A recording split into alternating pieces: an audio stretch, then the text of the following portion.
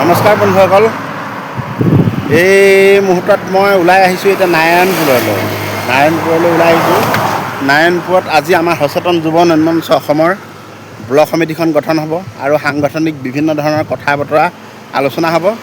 গতিকে মই এতিয়া ওলাই আহিছোঁ আৰু এতিয়া মই নাৰায়ণপুৰলৈ যাত্ৰা কৰিছোঁ। বাকী নাৰায়ণপুৰত গৈ আপোনালোকৰ মিটিঙৰ যিসমূহ পৰিৱেশ, কোন কেনেকৈ ক'ত উপস্থিত আছে, মিটিঙৰ যি সামগ্ৰিক পৰিৱেশ সেইখিনি সকলো আপোনালোকক দেখুৱাই থাকিম। ঠিক আছে, ব'লক। ইতিমধ্যে নাৰায়ণপুৰত পাইছোঁহি।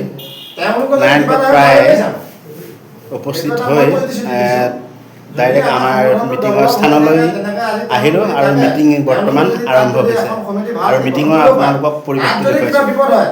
আমাৰ আজি সচেতন যুৱ উন্নয়ন মঞ্চ অসমৰ নাৰায়ণপুৰ যি ব্লক সমিতি, এই ব্লক সমিতিখন গঠন হ'ব আৰু অনাগত সময়ত দুৰ্নীতি শোষণ লুণ্ঠনৰ বিৰুদ্ধে আমাৰ সচেতন যুৱ উন্নয়ন মঞ্চ অসমৰ কৰ্মকৰ্তাসকলে বলিষ্ঠ পদক্ষেপেৰে আগুৱাই যাব।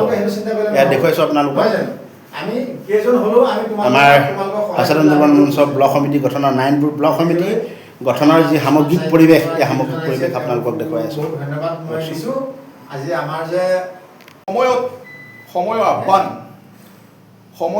আহ্বান হৈছে সাধাৰণ জাতি মাটি ভেটি খাটি খোৱাৰ মানুহৰ হৈ মাত মাতিবৰ কাৰণে কিছুমান মানুহৰ প্ৰয়োজন হৈছে। আৰু আজি আপোনালোকক মই এটা কাৰণেই সচেতন যুৱ উন্নয়ন মঞ্চৰ পৰা ধন্যবাদ জ্ঞাপন কৰিছোঁ।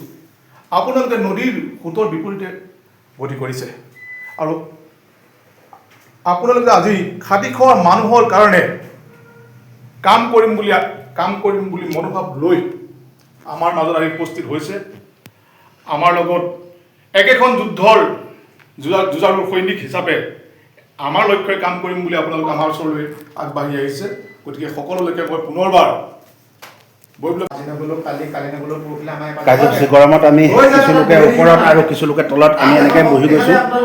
যথেষ্ট গৰম আজি আৰু কাৰেণ্টটো অহা যোৱা হৈ আছে।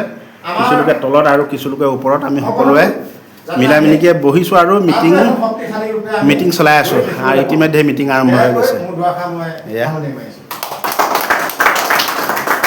এয়া আপোনালোকক অলপ মিটিঙৰ পৰিৱেশ দেখুৱাইছোঁ অলপ। এয়া গৰমত কিছু লোকে হয়তো চোলাটো খুলি দিছে, উপায় নাই। এয়া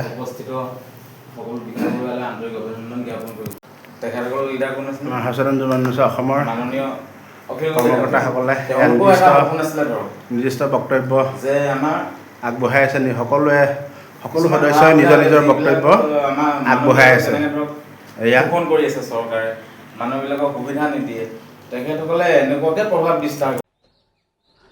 দুৰ্নীতি শোষণ লুণ্ঠনৰ বিৰুদ্ধে বলিষ্ঠ ভূমিকা হাতত লৈ কাম কৰি অহা সচেতন যুৱ উন্নয়ন মঞ্চ অসমৰ যি নাৰায়ণপুৰ ব্লক সমিতি, আজি নাৰায়ণপুৰ সচেতন যুৱ উন্নয়ন মঞ্চ অসমৰ নাৰায়ণপুৰ ব্লক সমিতিখন গঠন কৰা হৈছে। আৰু সচেতন যুৱ উন্নয়ন মঞ্চ অসমৰ নাৰায়ণপুৰ ব্লক সমিতিখন গঠন কৰি এই নাৰায়ণপুৰ মাজমজিয়াত আমি গঠন কৰোঁ আৰু কেইটামান আমি গুৰুত্বপূৰ্ণ সিদ্ধান্ত গ্ৰহণ কৰোঁ। আৰু গুৰুত্বপূৰ্ণ যিকেইটা আমি সিদ্ধান্ত গ্ৰহণ কৰিছোঁ আৰু এই সিদ্ধান্তকেইটা আমি ক'ব বিচাৰিছোঁ। প্ৰথম কথা হৈছে, নাৰায়ণপুৰ ব্লকৰ অন্তৰ্গতত আজি গাঁও পঞ্চায়তৰ ক্ষেত্ৰতে হওক, চৰকাৰী বিভিন্ন কাৰ্যালয়তে হওক, উন্নয়ন খণ্ডতে হওক আৰু সৰ্বস্তৰত চলি থকা যি দুৰ্নীতি, অকল চৰকাৰীভাৱে দুৰ্নীতি শোষণ লুণ্ঠন চলি থকা বুলিয়ে নহয়, বিভিন্ন স্তৰত চলি থকা যি শোষণ লুণ্ঠন দুৰ্নীতি, এই শোষণ লুণ্ঠন দুৰ্নীতিৰ বিৰুদ্ধে আৰু অধিকভাৱে বলিষ্ঠভাৱে আমি কাম কৰিবৰ কাৰণে সচেতন যুৱ উন্নয়ন মঞ্চ অসমৰ যি আজি নাৰায়ণপুৰ ব্লক সমিতি, এই ব্লক সমিতিখনে সংকল্প লৈছোঁ। আৰু এই মুহূৰ্তত আমি চৰকাৰলৈ কেইটামান আমাৰ দাবী আছে। সচেতন যুৱ উন্নয়ন মঞ্চই আজি এই চৰকাৰখনক জোৰকৈ দাবী জনাইছোঁ। বৰ্তমান গাঁও পঞ্চায়তী ব্যৱস্থাত যি MGNREGA আঁচনিখন আছে, আঁচনিখনৰ নামত কিন্তু ভেকু ভাওনা হৈছে। কাৰণ যিসকল শ্ৰমিকে কাম কৰিছে তাত তেওঁলোকে মজুৰি নিৰ্ধাৰিত কৰিছে 278 ৰুপিজ, মাত্ৰ 278 টকা।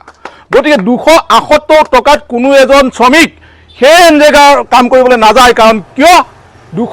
আজিকালি 278 টকাত কি বস্তু পায়? মিস্ত্ৰীৰ লগত যোগালী কৰিলে 400 টকা পায়।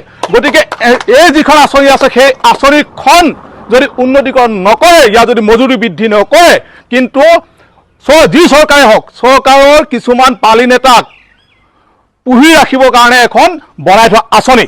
গতিকে আমি অনুদ্বীপনে এই আঁচনিখনৰ মজুৰি বৃদ্ধি কৰিবলৈ এই চৰকাৰক আমি সচেতন উন্নয়ন মঞ্চই দাবী জনাইছোঁ। জয় আই অসম।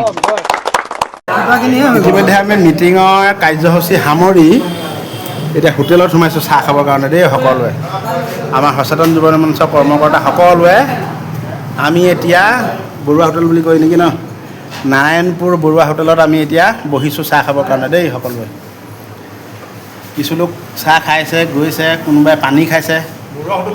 আমি বৰুৱা হোটেলত কিন্তু চাহৰ মজাই বেলেগ দেই।